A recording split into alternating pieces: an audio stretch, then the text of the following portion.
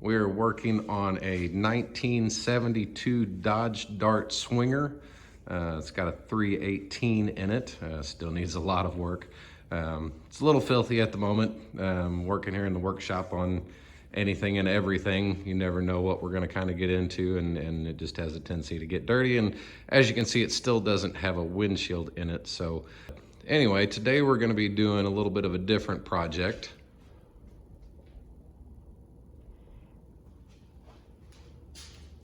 One of the biggest problems with these older cars is that they have very outdated interiors, and if you're not going back with all original, which obviously we are not, it's not a original 1972 color. They didn't have dark tinted windows. They won't have the wheels and different items that we have on it. So point being is that there are some things that are severely out of date, and we were looking at a couple little detail items of how to spruce the car up, give it a little bit of a modern touch. Nothing over the top, but just to add that extra little personal touch to things. Again, this is gonna be my oldest son's car. So classic, yes. All the classic details, not so much. One of which is the wonderful, ugly wood grain from 1972. So we're going to be looking at how to kind of spruce this up in a cheap and easy way for the do-it-yourselfers out there. Permanent, not so sure. Modern look, touches, absolutely. So what we're going to do is we're going to take a piece that looks like this, and we're going to add a little bit of a carbon fiber vinyl wrap, which will give it more of a detail like this. Not sure how well you can see the grain in that carbon fiber. This carbon fiber was picked up at O'Reilly's Auto Parts for a very cheap amount. Will be this particular item right here. I think it says it is 6 inches by 5 feet. 6 feet, I'm sorry, 6 inches by 6 feet. Got it for around $18 plus tax. Not bad. About 15-20 minutes worth of work to give it a nice modern touch. Anyway, let's see how it goes. All right, first things first, as you can see, our piece here has got quite a bit of chipped off paint, loose paint. You want to make sure you get all of that off of there so that it's got a nice surface for the vinyl wrap to adhere to. In this photo here, you can also, or in this video, you can also see a little bit better maybe the vinyl or the original wood grain look. And then this is kind of more what we're going for. There you can get a good look at the carbon fiber vinyl wrap. Still have a few additional details on this piece. Want to kind of spruce up the chrome and different things, but that'll be for a later time. Right now, we just want to get the wrap on there and get that primary surface covered. We'll go back and do some painting on the rest of it later. So let's get to scraping off the loose stuff and see what kind of surface we can get. Okay, so we're back after a few different trials of different items to use. Best way I found to actually get most of this old paint to chip off fairly easy. Tried sandpaper, that obviously with all the little intricate corners and circles and chrome trim, that I was risking too much damage to the piece. Tried sandpaper, tried a Dremel tool with a couple different bits. None of that worked just real well. What I finally found was a chisel with a nice sharp edge, 1/4 inch wide. I was able to just very gently go across the top of the surface and get most of that to chip off fairly nicely. One thing to mention in wiping things down and in working with some of the other pieces that we've already done, a couple items of note. If you look here at the bottom, you can see where it's chrome here and then goes to kind of a greenish color here. This greenish color is the underlying actual plastic. If you look at the top of it here, you can kind of see what I mean. Any kind of harsh cleaners, and it doesn't even really have to be that harsh, using just some wipes in a bucket, which have a little bit of an alcohol to them, and any kind of scrubbing, it peels that old chrome paint right off of there. It's real thin. Now granted, this piece is actually usually covered with the piece of plastic that covers the whole instrument cluster. But just an item to note, when working on some of this older stuff, the paint is old, it's thin. Any kind of heavy scrubbing is going to rub that surface off. Ours was already pretty damaged, like this piece. This was already this way, and in a couple other spots, and that's why we're gonna go back and touch those up after the vinyl wrap. But anyway, as you can see, got most of it chipped off fairly well. The rest of it is actually adhered pretty well, so it's not coming off. So I think we're good as far as a nice clean surface. A piece like this is actually going to be a little more intricate, obviously, with all of the gauges, trying to get your vinyl wrap cut to get it to inlay inside these trim edges here, as well as fit around all the other details. So this one's going to take a little bit more work. There's a couple different ways we can go at this. We can, and what I'm probably going to do is make a paper template, since it's easier to work with.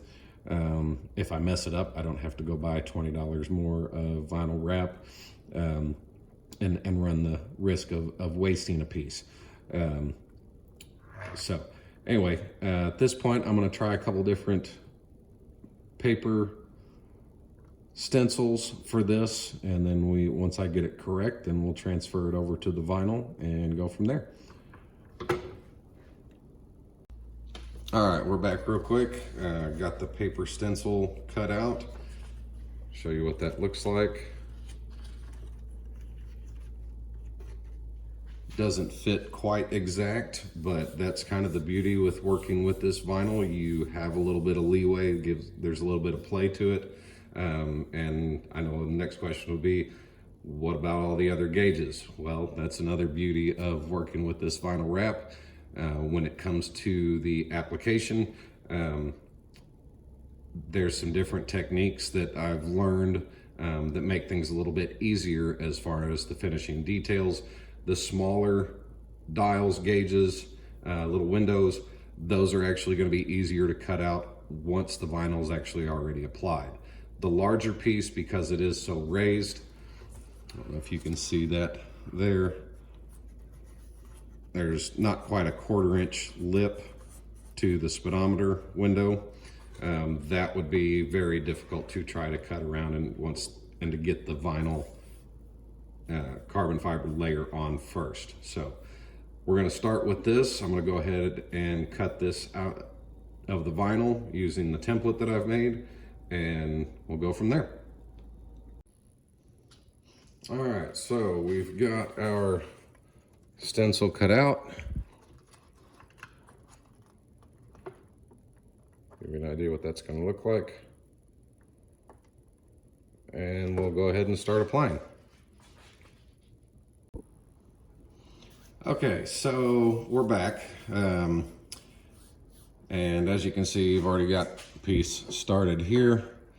That is because I failed common rule of measure twice, cut once. I didn't realize till after re-investigating the previous piece that I had cut out that I cut it backwards.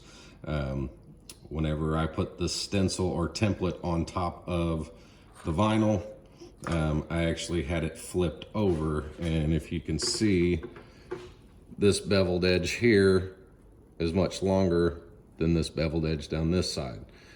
So whenever it came time to get ready to put it on, I realized, well, that's not gonna work. So that's one of those things that you live and you learn, and you kind of smack yourself in the forehead and go, yeah, I should have thought that through better. Also, while thinking it through better, like I said, you can already see this piece applied. I found that trying to manipulate that piece with the little strips through the bottom of the speedometer window and across the top was going to be exceptionally difficult.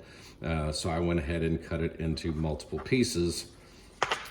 This side already being applied, this side for over here, and then we'll put the last little strips on down at the bottom and top. So anyway, and then we'll get to cutting out where the actual gauges are. So as far as applying, this stuff's really cool. Something else, some of the brands that you get, like this one that I picked up from the auto parts store, actually has a grid pattern across the back, which is helpful in measuring. The other thing is always cut it a little bit too big, dry fit it, see if it fits, if you need to trim a little bit off a corner, something, whatever it takes to make it fit right and a little bit easier. You'll see here in a minute, we do still have capability of trimming once it's on, and it's actually not difficult at all. But this is actually just an adhesive back. So we're gonna peel this loose here, if it'll cooperate. Let's try it from this side. There we go, much easier.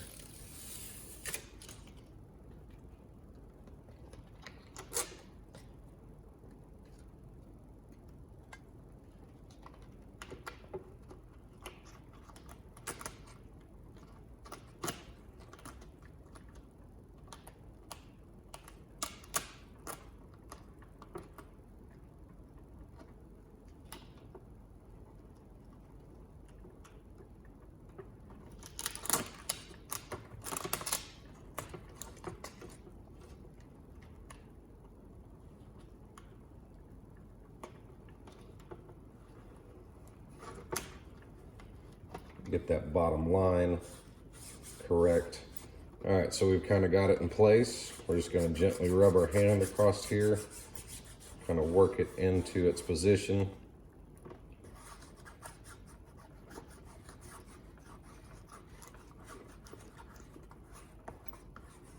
Now, I don't know if you can see that little fold here across the top.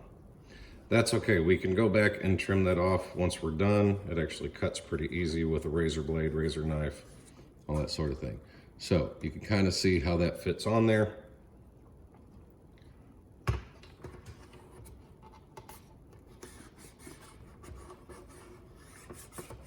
Again, kind of mash it all in place as best you can.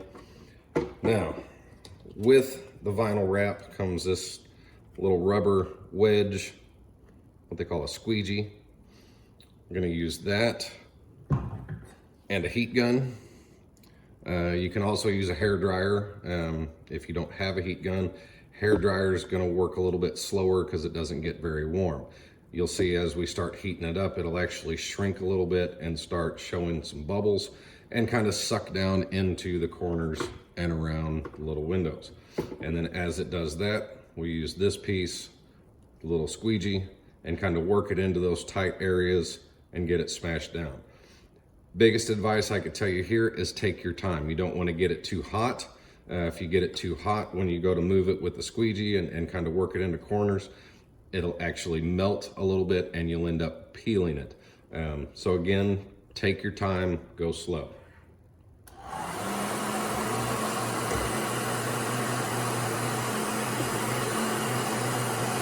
I don't know if you can see that starting to kind of bubble.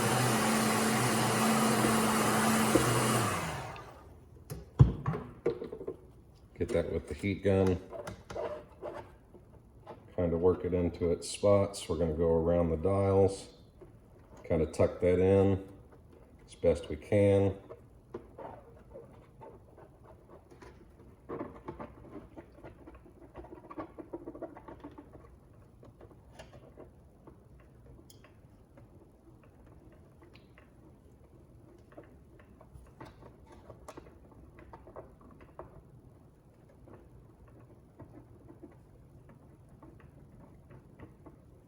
And it may not take those hard edges with the first attempt. You can heat it back up and go back over it.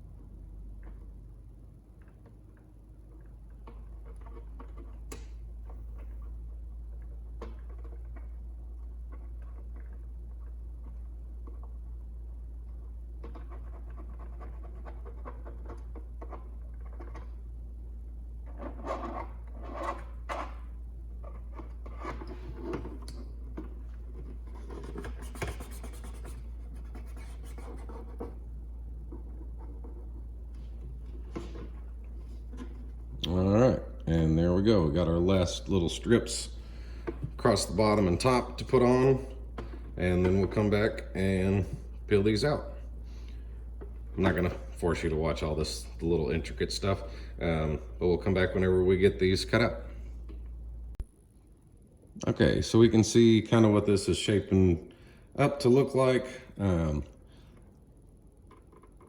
Trimmed out a couple of the circles, the gauges so far. Give you an idea of, I won't make you suffer through me trying to cut these out across the top. They're a little bit more difficult only because of how close they are up here across this top seam. Those are a little bit more fun to get into. But again, you want to make sure that you're tight up against. You can kind of go back and work that a little bit more. We're just going to take this, not a whole lot of pressure. Biggest thing is to take your time. When you get in a hurry, that's when you make mistakes.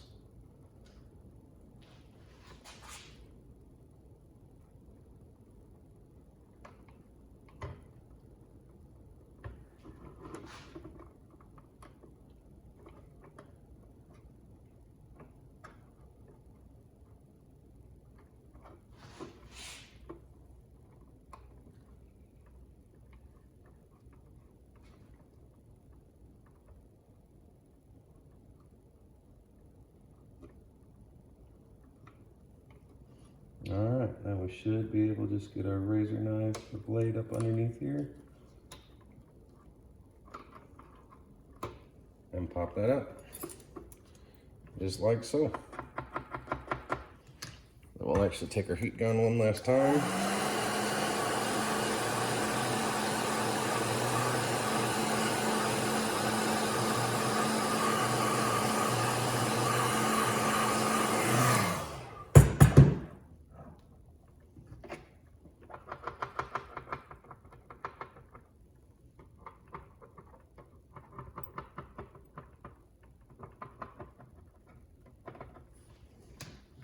And there you have it.